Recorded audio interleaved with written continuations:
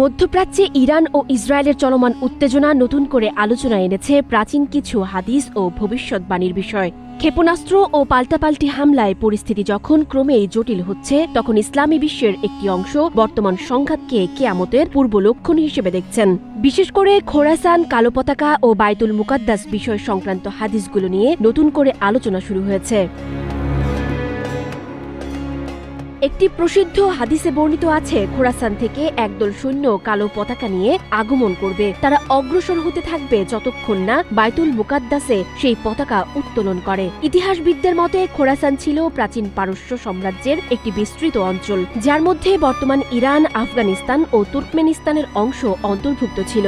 আজকের ইরানের ভূখণ্ডের বড় অংশই সেই ঐতিহাসিক খোরাসানের আওতায় পড়ত। জীবন অবাক না করলে কে করবে? 28% মিল্ক ফ্যাটের অবাক করার সাথে ফ্রেশ মিল্ক পাউডার। জীবন অবাক করুক প্রতিদিন। হাদিসের ব্যাখ্যা অনুযায়ী এই কালো পতাকাবাহী বাহিনী শেষ পর্যন্ত জেরুজালেমের পবিত্র মসজিদ আল আকসাতে পতাকা উত্তোলন করবে।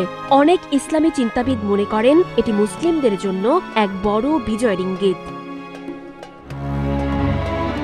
আরেকটি হাদিসে উল্লেখ রয়েছে, খোরাসান থেকে আগত ওই কালো পতাকাধারী দলের মধ্যেই থাকবেন আল্লাহর খলিফা ইমাম মাহদী। ইসলামী আলেমদের একটি অংশের মতে কিয়ামতের আগে বড় আলামত সমূহ প্রকাশের সময় এই ঘটনা ঘটবে। তাদের বিশ্বাস, ইমাম মাহদীর নেতৃত্বে মুসলিম উম্মাহ পুনরায় ঐক্যবদ্ধ হবে এবং এক ঐতিহাসিক বিজয়ের মাধ্যমে প্রতিষ্ঠিত হবে ন্যায়ভিত্তিক শাসন ব্যবস্থা।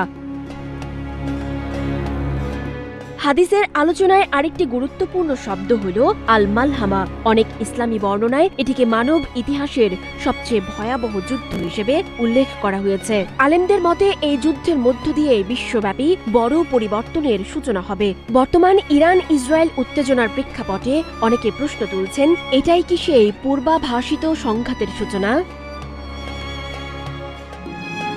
বিশ্লেষকদের মতে ইরান ও ইসরায়েলের মধ্যে সামরিক উত্তেজনা বড় পরিসরে রূপ নিলে তা আঞ্চলিক যুদ্ধের সীমা ছাড়িয়ে যেতে পারে। তবে ধর্মীয় বর্ণনার সঙ্গে সমসাময়িক রাজনৈতিক ঘটনাকে সরাসরি মিলিয়ে দেখার ক্ষেত্রে সতর্ক থাকা জরুরি। তাদের মতে হাদিসের ব্যাখ্যা নিয়ে মতভেদ রয়েছে এবং নির্দিষ্ট সময়, স্থান বা রাষ্ট্রকে চূড়ান্তভাবে নির্ধারণ করা কঠিন। এছাড়া ভবিষ্যতের পূর্ণ জ্ঞান একমাত্র মহান সৃষ্টিকর্তার কাছেই রয়েছে। সানজিদা আফরিন, সোনিয়া, নাগরিক, প্রতিদিন।